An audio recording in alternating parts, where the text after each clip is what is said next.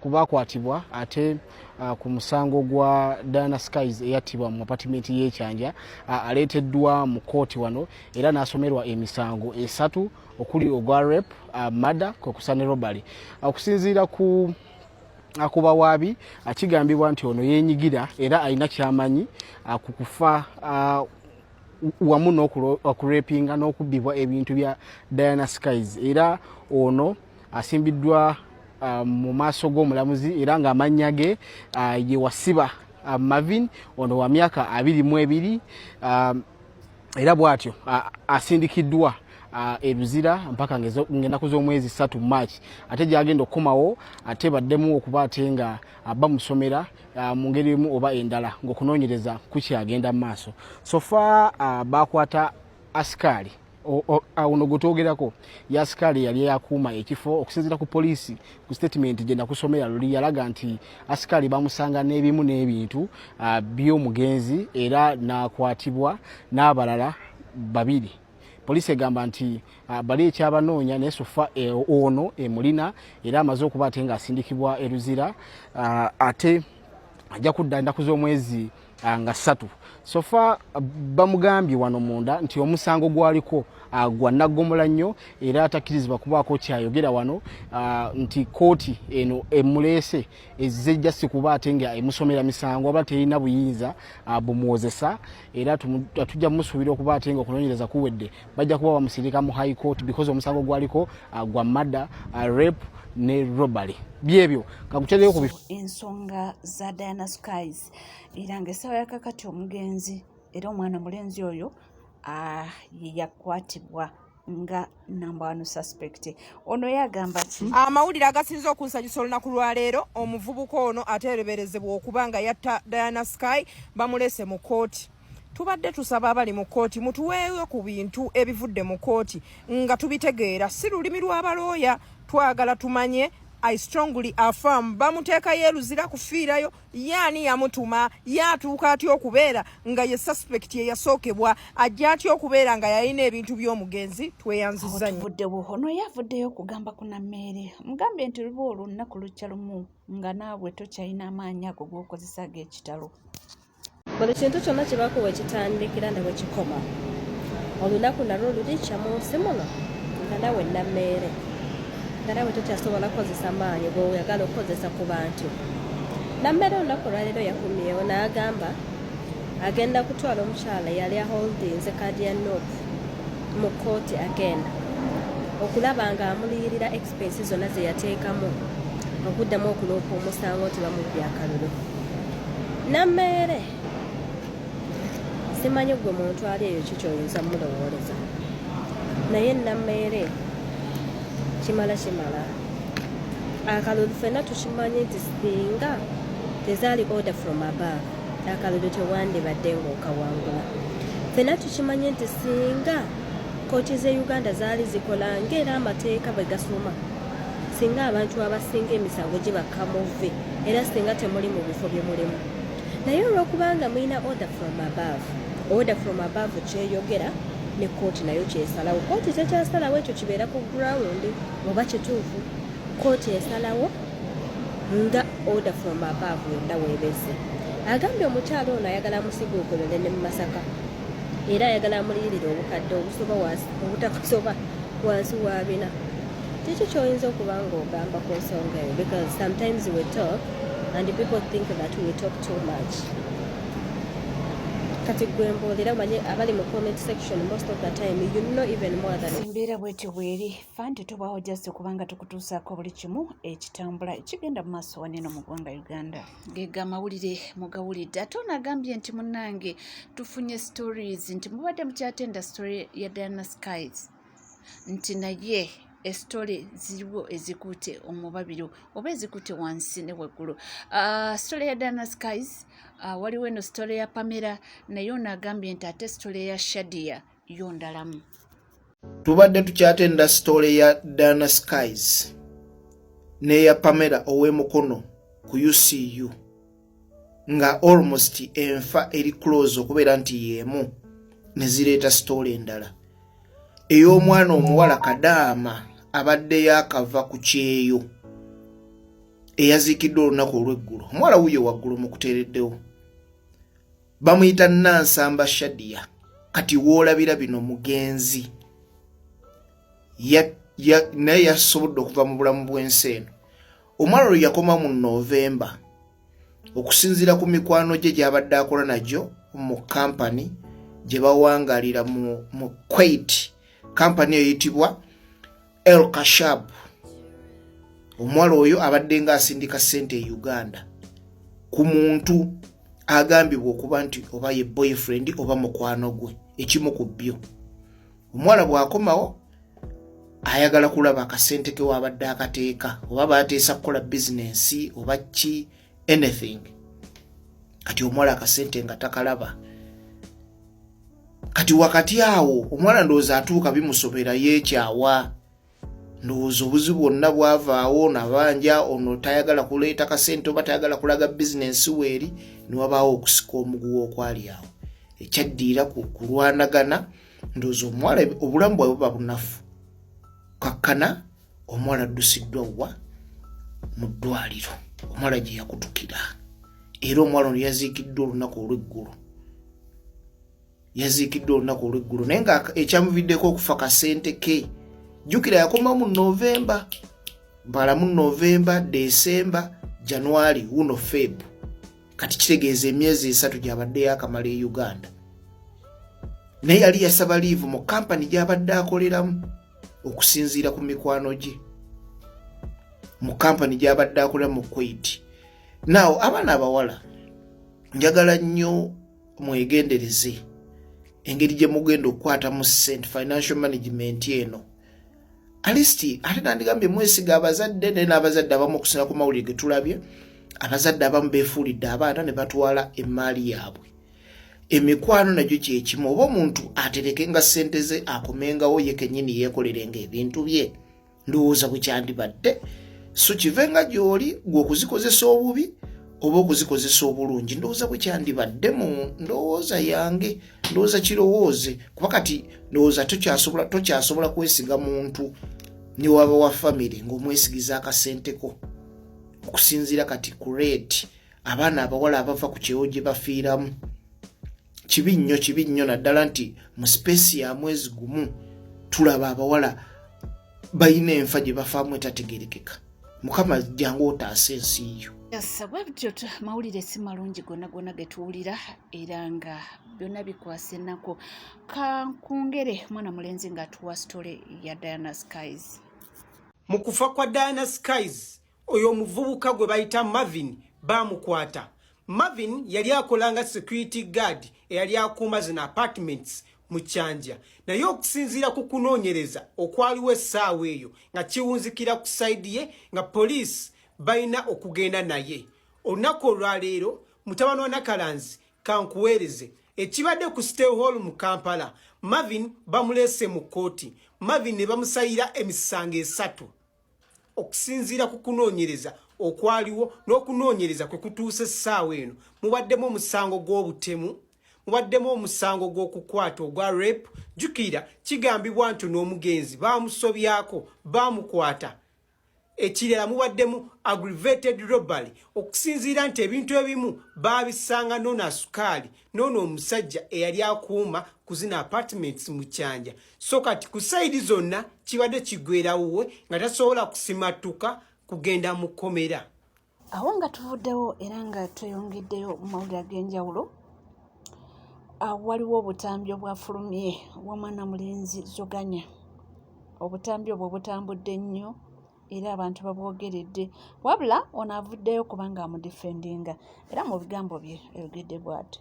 Gavumenti yatuyiwamu obwana mu struggle. Musajja ayinza okuba nga ali eyo nga alina byayaganya okukola nga looza byakusaaga bamugamba sayininga wano oba kulabe bati n'agaana ekyavuddemu kuta obutambi obwo. Nze waludde yansaalako wano mu inbox print na Munyarwanda mboko boyi wange niŋŋamba this is too good to be true.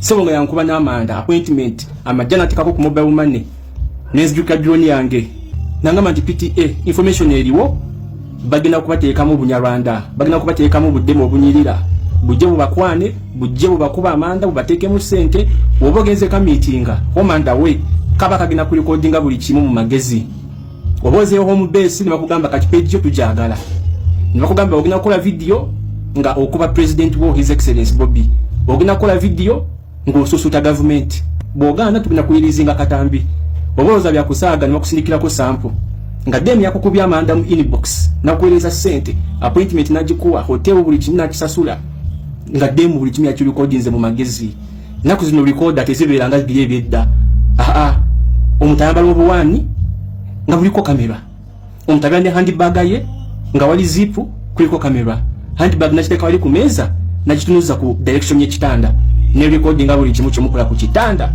government yatuyiwamu obwana mu struggle bujje butufunze be batyo because buli kimu bakikola ne bigaana buli kimu bakikola ne batusiba ne tuvaayo ne tutandika we twakoma ne batutulugunya ne tuhiringa ne tutandika we twakoma buli kimu ne bakikola so ne basalawo option endala kututeekamu budeemu butu recording kakati batukwasizaawo bagambye va mu struggle bw'ogaana tugina kutaka tambi n'ojjukiramuko mukyalawo abaana bo n'ojjukiramuko mukadde wo ali ku TikTok n'ogamba kati obata video eyo my image reputation nizo okuddamu ofuna omulimu banange nolowooza ku baana bo video ebazigwako mu future wekanga okozi bye baagala ne mulaba nga PTA takyakola zi live takyalabika kumbe ng'obusajja bwanfunza ne video just an example so mwebereremu oba naddemu waka learn from our president banange muligiye ku president badmanizoganya muyigire ku president one man one woman period olya kugamba nze swala kukiitinga lwakubanga ndabira ku His Bobi Wine siswala kuyenda ku mukazi wange lwakubanga that couple of Bobby and Bobi Wine inspires me owotegera ekintu ekyo tulabire ku president waffe oza president singa yalakola ebintu ebyo singa obusajja tebamufunza dda nezi videos n'okwesimba tyandi yesimbyewo nga bamulaga ka video kakano ssebo tugina kateekayo va ku ballot tuyigire ku president waffe almost 99% tuyigire ku president nze n'ojja ssawa zino n'oteekawo bbaga ya ssente ng'oliddemu already no sijja kubeera n'amaddu mpapuke nti loogi bagisasudde dda nteekeyo misinde loogi nayingidde dda obuliri ndi wali ssebo ntudde nkulinze agamadu sigalina boyi because I know ngenda kubikola banfunzizaawo video bazireleasinge and my image collapses abaana bange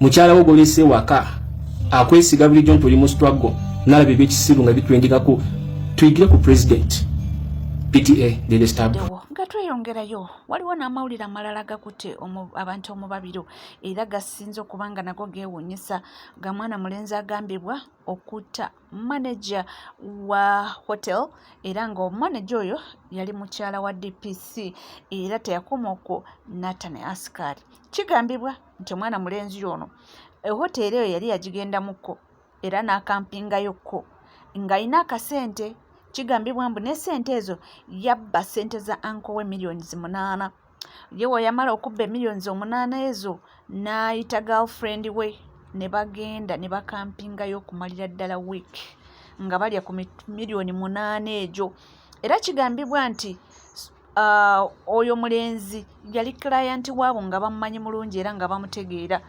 esitole empanvu mukko katugende onatunyonyole ono gaye yasse mukyala wa DPC finally bamaze ne bamukwata sitole yono gayi mwana nze yansobedde gayi muvubuka muto naye oba ayina ekizimuzimu ekimutemba natta abantu n'ababba atabbisa busiru kyokka mutemu gayi kiira yasse abantu babiri yasse mukyala wa DPC abadde manager wa hotelo gye bayita Devo erungujjaawo nattirako n'asikaali ate babadde bamumanyi kubanga bamukutte n'abyogera n'agamba yagenzeewo n'akonkona room manager Mwasula oyo mukyala wa DPC webujiri naggulawo ng'amumanyi n'amugamba mbu yamugambye bayagala ku mazzi oba ayagala ku caayi kati mbono n'amukwasa ekikopo omukyala n'amukwasa naggulawo bulungi nga bamumanyi n'omumanyi n'amukwasa ekikopo amuyiiremu kati wano we yagiddeyo ekiso gayi yabyeyogererayo kennyini n'atandika okumufumita n'amufumita yenna mu bulago n'amutta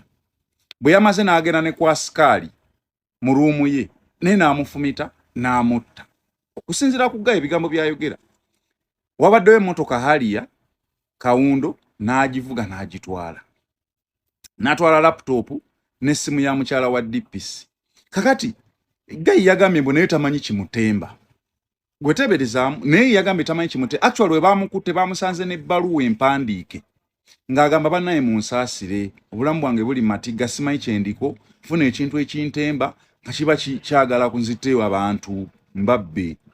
Ebbaluwa baamusanze nayo ng'alinganga ayina omuntu gw'awandiikira ebbaluwa naye ng'ayagala bamuyambi bamwambulule ekintu ekimutemba ne kimuleetera okutta abantu. Line essimu gye yabbi ate yagitaddemu layini ye, ndowooza olaba okumanya nga Just Guy oba aliko kikyamu. N'ateekamu layini ye, kati kwe baasinzidde omukola ki? Okumutrackinga. Emmotoka yabadde etomeddeko oba ye yagitomezza oba yadde tamanyi bulungi vuga mmotoka. N'agitwala mu garage. Kati mu garage mwe yagitadde n'asooka n'avaawo naye ng'abagalaji buli kaseera aba abakubira essimu. Waliwo azze ng'aginoonya akaawo. Kati bo yabagambye ab'omu garage mbu emmotoka ya taata we kati yagibadde agibbyewo n'agitomeza kati tayagala taata we amanyi kati ng'ayagala bagitereeze bagikanike. Then afune omuguzi. Kati mu kumukwata abapoliisi bo baafunye omuntu eyamukubidde nga yeefudde nti agala kugula mmotoka eyo. Then n'ajja mbu agitunde ne bamukwata.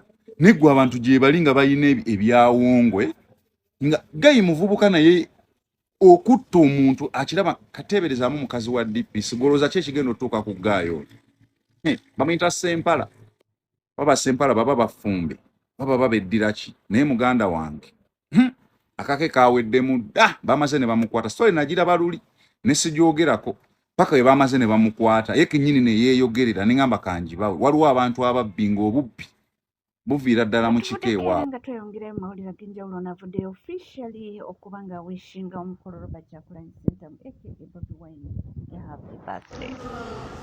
Mweno video nze officially okuyozayoza omukulembeze waffe His Excellency Robert Kyagulanyi okutuuka ku mazaalibwa. Naye gano amazaalibwa just tetubala nnaku z'amaze ku nsi wabula tubala ebintu byakoze kubanga biyitirivu.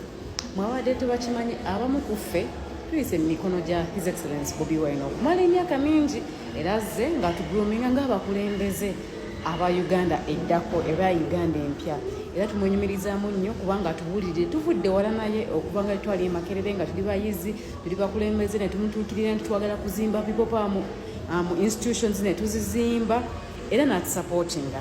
Era oyo omukulembeze teyajja just kuzibula maaso g'Abannayuganda which akikoze bulungi nnyo. Yajja n'akyusa endowooza y'Abannayuganda nti omuntu yenna osobola okubeera ky'oli.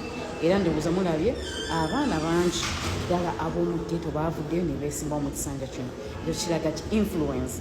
Era najja n'abalaga nti omukulembeze si just tebeera ntebe wabula bibeera bikolwa byo.